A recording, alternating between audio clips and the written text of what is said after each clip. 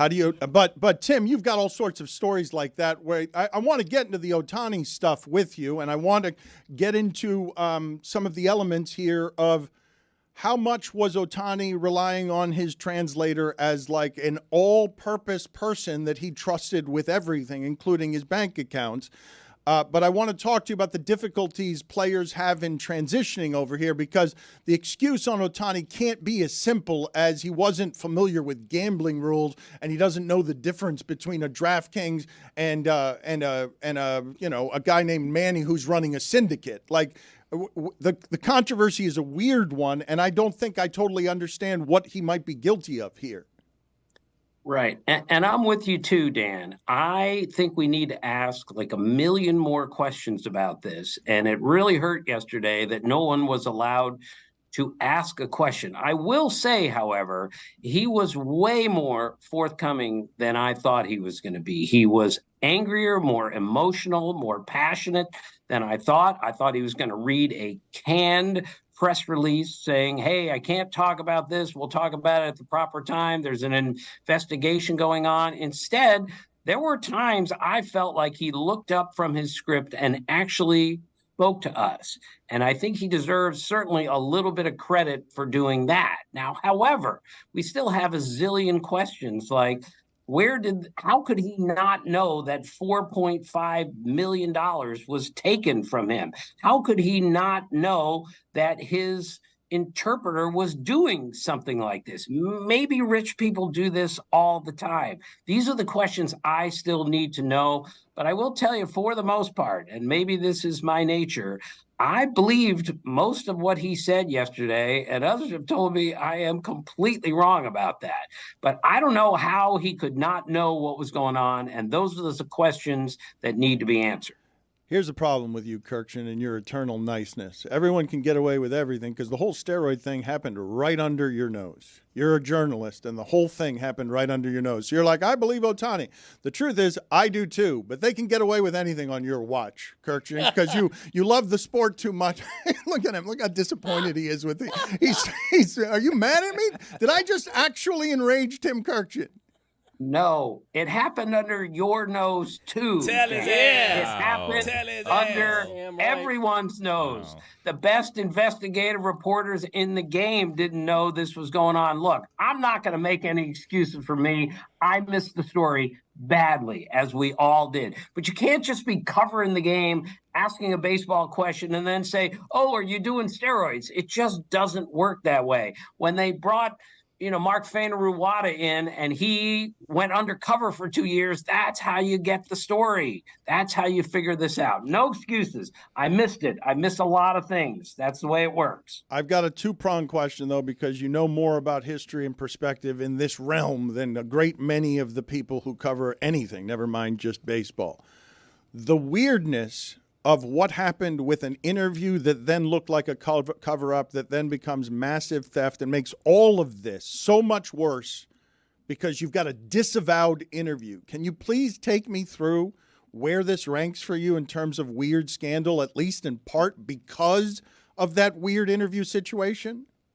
Yeah, this is the strangest, most confusing, most confounding story that I think I've seen in the 44 years that I have covered. And mainly because, A, we're talking about not just the biggest star in the game, we're talking about the biggest athletic star in sports today and one of the greatest stars in the history of baseball. And Dan, I have never seen a story change as quickly as it did in a 24-hour period from this is what Shohei did, oh no, it's a massive theft. That's what confused me. And that's why we're on this and why we need to get to the bottom of it with a million more questions.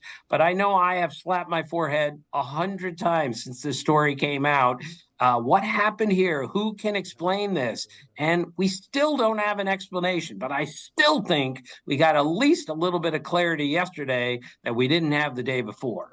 One of the big things, Tim, yesterday that confused me, I guess, was kind of when he was telling the story, and if you go by the timeline of how things have been going on, right? Because the fact that is that it was going on in two different countries at the same time, right? In different time zones or whatever.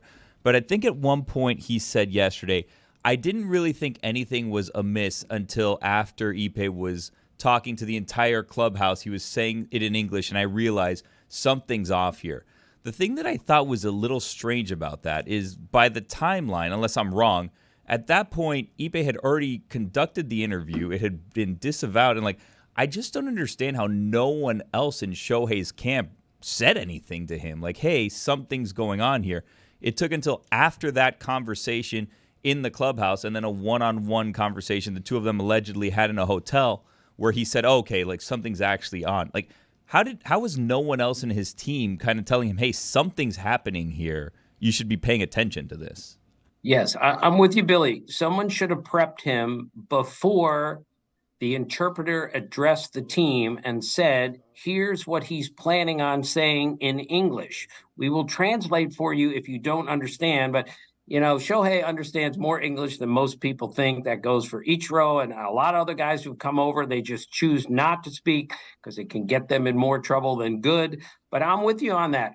That's one of many things that I can't comprehend. How is he hearing this for the first time when they're having this club out meeting and he's standing there listening to what the guy is saying? Someone should have prepped him in advance. Tim, I'm from the hood, and this is a simple case to me. I see it with my eyes closed. I got a homeboy. He took a charge from my homeboy. He has a lot of money. He said, if I ever get messed up, will you take this charge from me? And he took the charge on the chin. He got 2 years left on his sentence. I think that Ipe is just a stand-up friend, and he's getting too much piled on him right now, and they had this already planned out, but this is the road he signed up for. What do you say to that, Brother Tim? Allegedly. Allegedly. Well, as we know in the NBA, which I love, by the way, there's the difference between a block and a charge is really difficult to ascertain. I think this was a block. This wasn't necessarily a charge. We have to believe one of these two guys at this point, and I am inclined to believe Shohei. Now, do I believe everything that he said? Well, I find that hard to believe everything. When he came out and said this is an absolute lie, he better be right about that. I never bet on baseball. I never placed a bet. Look, the federal government knows all about this inquiry, or they will. If he lied, his career is going to be over one way or another. So I just can't believe he would come out and tell a bald-faced lie when already the feds are on this. That's the way it was explained to me yesterday by a lawyer who didn't necessarily believe everything that Shohei said, but said he was well prepared for that interview or that statement that he made. That's the part of this, Tim, that I think is confusing, right? Because I do not believe that an MLB investigation is going to turn up anything that's going to have actual implications for Shohei.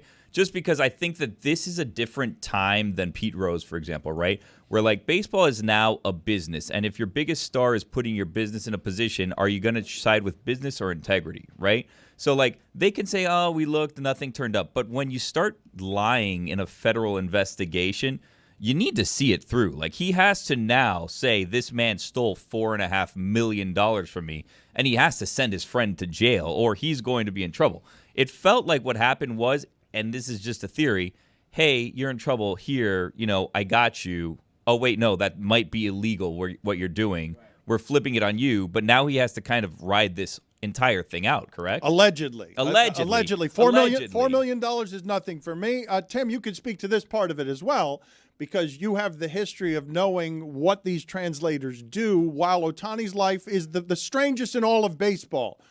In terms of what surrounds him. Media members just following him everywhere, and the translator acting, in some cases, as a 24-hour concierge who introduces you to a different culture so that you can concentrate on your business. Can you speak to how unique this relationship is, and whether or not a friend would just take the hit on something like that? Because concierge.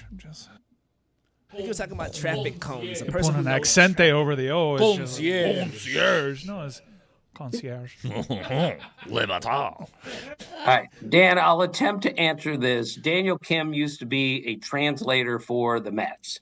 And he has come out and said, as a translator, he did virtually everything for his players. He opened up bank accounts for them. He handled their utility bills. He went to the cleaners for them. These guys come over here and they need help on everything. And the FAs of the world help in every single way. But I still don't understand how someone could be this helpful and still allegedly take this kind of money, and no one knows about it. That's the part that I need questions answered. Tim, what if in my most utopian, naive form I was to present to you the following idea? It's really hard for Ohtani to be great at baseball and transition culturally. Wow, he did both of those things well. Is his translator somebody like a legion of people in his economy who exists to simply help him with everything so that he doesn't have to be a grown adult who learns America but just gets to be sports star who knows baseball? Is it possible that Shohei Ohtani only crime here is being super, super trusting of somebody who had a gambling problem and just covered him $4 million because currency doesn't even matter to him? He makes so much money. Right. He made $100 million last year, Dan, with endorsements and salary. And yes, I think that's his biggest mistake here is he was too trusting and he was too naive and he didn't know what was going on when he should have. But I think you presented it perfectly. He comes here and says, I'm going to be the most remarkable baseball player ever. But the only way to do that is to be completely regimented when I get to the ballpark and have everything already done for me when I get here so I can be the most disciplined player in the world so I can pitch and hit like nobody else in the history of baseball. I think he gave it to his interpreter and said, you need to handle the rest of this. I don't have time for this. I have to sleep 10 hours a day. I have to get to the ballpark. I have to hit. I got to throw a bullpen. And I think that's what happened here. That's my guess. We're all guessing still. But yes, is that plausible? Yes, I think it is. Not only that, though, Tim, you're uniquely qualified to talk about this part of it. And this is where I think you can offer an insight to how it is something this strange and stupid can happen. Tim, you're the only person that I know who has the words and the respect of history who can explain to us how hard it is to do what Ohtani is doing. The greatness of that, how it is you can't do that part-time because you're just really good at baseball. That how hard it is for him to master and excel at that must require a regimen that we have no understanding of and would require a team of people to make him a baseball-playing toddler who is great but might not know how to exist in this country around fame and temptation. Right. Dan, you're right. He throws a baseball 100 miles an hour. He hits baseballs thrown at him at 100 miles an hour. And his exit velocity, not my favorite term, is well over 100 miles an hour when he really swings the bat well. And he can fly on the bases. So he recognizes that nobody else can do this. But the only way that he can do all of those things is to give everything else in his life to somebody else. And it angered some of the Angel writers in his 6 years there that he rarely spoke to them. He would only speak after games in which he pitches. Well, he did that because he needed to keep his focus. I'm certainly not defending him. But if you're going to do something that no one else in the history of baseball has done, you're going to have to go out about things a little differently. You can't just do everything by yourself. You need someone to do virtually everything for you away from the field. But we're also like infantilizing him, right? Like we're kind of like we like him, so we're giving him passes on a lot of things. Like he had a wife that no one knew existed. He had a dog that he just refused to tell anyone of the dog's name. Like he likes to be secretive too. Like it's capable. He just likes to be a private guy, not he can't focus on anything but baseball. He could just be really good at baseball. Well, what's most probable here? What is most probable? Is it your theory that there's total innocence or Billy's cynicism that stop making this a child who doesn't know anything? I'm just speaking to how hard I'd have it in Japan. Like if you put me in Japan right now, I'm 55. I couldn't get something out of a vending machine. Like I'd be, Mike, what do I like if you put me in Japan, I'm 30 years older than Ohtani. And I'm not great at things that he's great at. You've got enough problems in this country. You don't speak Japanese? Does Shohei need Major League Baseball? Because it feels like Major League Baseball needs Shohei more than he needs Major League Baseball. Bar. Look, Shohei needs Major League Baseball. All he's ever wanted to do is be the greatest player who's ever played, and he needs Major League Baseball to do that.